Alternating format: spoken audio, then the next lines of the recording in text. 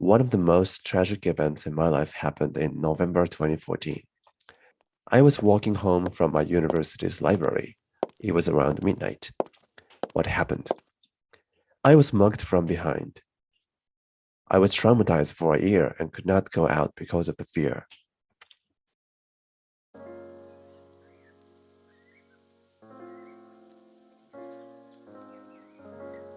During the days of processing this trauma, a healing moment finally came when I was reciting the Lotus Sutra chapter 12 titled Devadatta. Here's what the Lotus Sutra taught me. You cannot change what happened to you in the past, but you can change the meaning of what happened to you in the past. This is how you can embrace your own past as a necessary moment of your Bodhisattva practice. I want you to experience how it feels like to transform the meaning of your difficult past. You're never alone in this journey. I have gone through this, and look at the Lotus Sutra chapters 3 and 4. You will see that all the great disciples of the Buddha Shakyamuni have gone through this too. And the most prominent is the Devadatta chapter. Who is Devadatta? Devadatta was a cousin of Shakyamuni and an elder brother of Ananda, Shakyamuni's attendant. So according to a legend, Devadatta was so jealous of Shakyamuni that he attempted to murder Shakyamuni a couple times. So one day he threw a large rock from the mountaintop to Shakyamuni's group while they were doing a walking meditation in the mountain. And another day he made an elephant get drunk and tried to have it run over Shakyamuni. But interestingly, no description of Devadatta's evil behaviors appears in the Lotus Sutra chapter 12, which is titled Devadatta. Rather, what happens in this chapter is very interesting. So, Shakyamuni, there in that chapter, reveals that his achievement of perfect awakening was thanks to the good friendship with Devadatta. So that means Buddhahood depends on the presence of this evil guy. So how would you appreciate someone who tried to kill you and end up honoring that guy? So to our common sense, it's really like incomprehensible. But that's exactly what the Buddha is seeing. So instead of giving up, let's imagine this. Who would be Devadatta in your life? In my case, it is the guy who mugged me on the street several years ago, who really traumatized me. It's a difficult boss to work with in my office in the past. Former classmates at school who bullied me. Who is Devadatta in your life? But first off, I'm very sorry that you have to undergo that kind of difficult relationship in the past, or perhaps you might be undergoing that kind of difficult situations currently. But let's not give up. What if in the future you could appreciate that person? How would that appreciation can make a difference for the rest of your life? That's how the Lotus Sutra can help your life more healing and meaningful. That said, this video answers the following questions. In the Lotus Sutra, what is the Buddha seeing? Why is he able to thank his killer? In your everyday life, how can you start appreciating some bad guys around you? Before answering these questions, let's take a look at what happens in the chapter itself.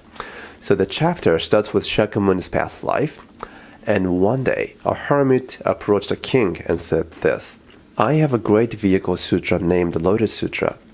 As long as you practice it, I will expound it for you. Then the king became ecstatic with joy and became a follower of the hermit. How did the king serve the hermit? The sutra says, the king provided for the hermit's needs by gathering fruit, drawing water, collecting firewood, preparing food, and even turning his body into a seat of bed for him. Yet he never felt tired in body or mind. Wow! He responds to all kinds of needs for this hermit. That's amazing. Then Shakyamuni says this: the king of that time was Shakyamuni, and the hermit was precisely Devadatta. He says, I attained perfect awakening and extensively liberated living beings. All of this is due to the good friendship of Devadatta. That's what he says. It's hard to understand, perhaps. And after appreciating Devadatta, Shakyamuni then gives an assurance of Buddhahood to Devadatta. That's striking. But our question is, why can Buddha appreciate Devadatta, his killer? As we will see soon, this is because Shakyamuni is seeing Devadatta from the viewpoint of the Buddhist truth of emptiness of all things. Emptiness. I'll explain this elusive and yet highly crucial Buddhist concept more toward the end of this video. So make sure to stick around. This can be very life-transforming. So the chapter's narrative continues. After this, Bodhisattva accumulation of wisdom says to Tathagata abundant treasure, who is a central figure in the chapter 11 of the Lotus Sutra, saying, okay, let us return to our land now. But Shakyamuni stops him and suggests that he meets with the Bodhisattva Manjushri of the Saha world. According to Manjushri, who is a symbol of wisdom, one of those who speedily attain Buddhahood is the daughter of the Dragon King. That's what he says. This dragon girl is just an 8-year-old girl.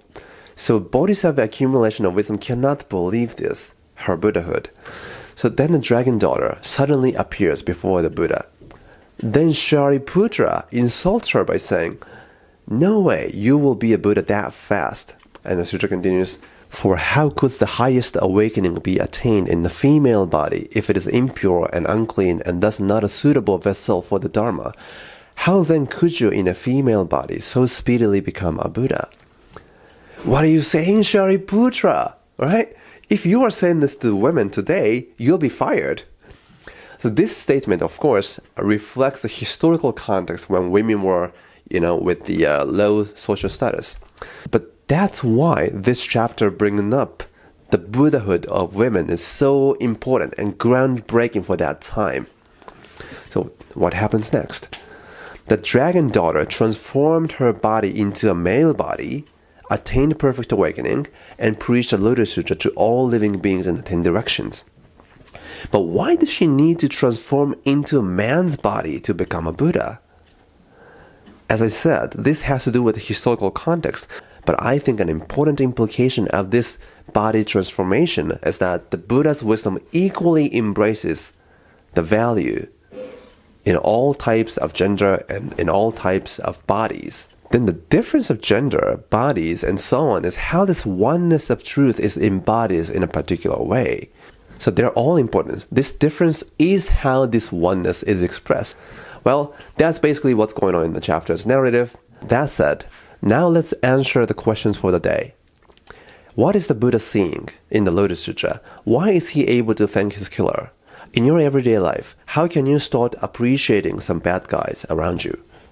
So here's my answer in a nutshell. So the Buddha is seeing emptiness of everything he encounters.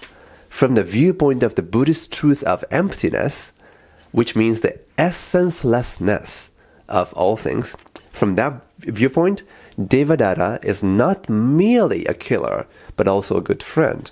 So by making sense of this through an exercise today, you can gradually embrace this Buddhist truth and appreciate Devadatta in your life. So let's do an exercise.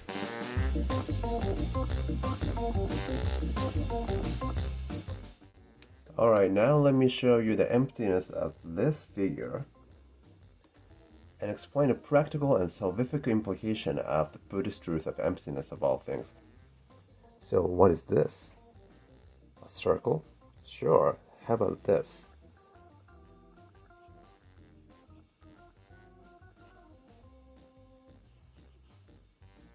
Well, alphabet O. How about this?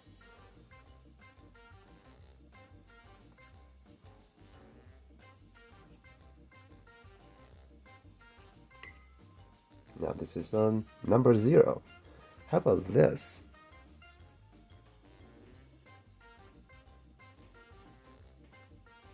I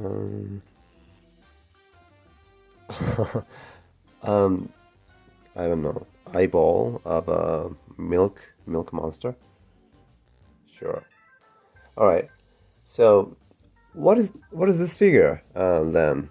This is we start with a circle, but this is also alphabet O, right? If you see this way. This is also number 0, right? if you see this way, 1, 2, 3 minus 2, 1. And also, this is an eyeball of a milk monster. This one, right? Among these 3 ways of seeing this figure, were there any wrong ways of seeing this? The answer is no, right? Because every single way of seeing this makes sense from a particular perspective.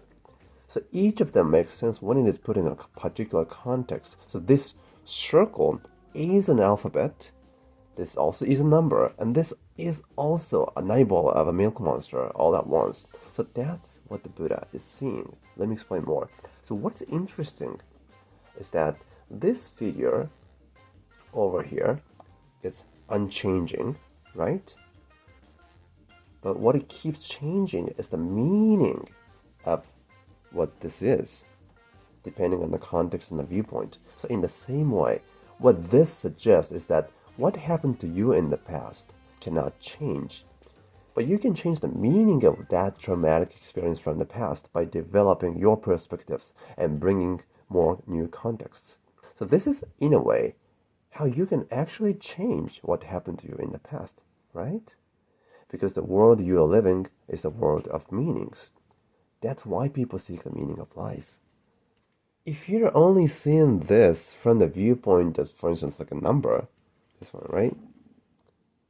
If you're attached to this and not open to other ways of seeing this, then you're really limiting your ways of seeing, right? It's obvious because there must be other ways of seeing, like an eyeball of the milk monster and also an alphabet and so on. So there are more ways to make sense of what you are seeing. That's what the Buddhas and Bodhisattvas are seeing.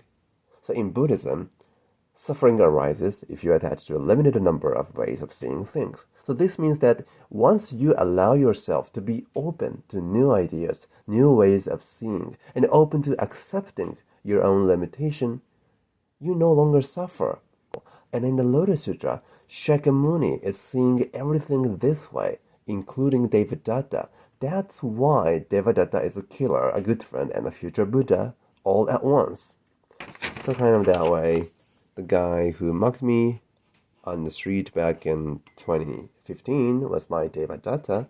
But thanks to this guy, right? He's an evil guy, he's bad, but at the same time, if I can bring more perspective on this guy, there must be the case that this guy can be really good as well. This is a Devadatta and Bodhisattva at the same time. Well, the question is, how can I appreciate this guy? Well, I'm grateful for him. I can feel this now, but not in the past, so it really took time a lot. Thanks to this guy, I was able to be more cautious about my surrounding. I was able to, for the first time, kind of imagine the lives of the people in the surrounding neighborhoods of that time. And this guy's neighborhoods are really economically challenged. So this guy really broadened my perspectives and cultivated my compassion toward him. That was hard and it traumatized me for a year, as I said. My healing process really involved the recitation of the sutra and having my members of Rishi Kosika listen to me. And also, my friends and family listened to me so well and supported me a lot. And then when one of my best friends back then was mugged in the same neighborhood, I offered my spiritual support in return. So thanks to this guy, I'm more compassionate. But it doesn't mean I changed the past. But what I changed is the meaning of the past, meaning of this event that happened to me. So the nature of everything is the unlimited openness to infinity. That's my Buddhist belief. And this is what the Buddha in the Lotus Sutra is seeing.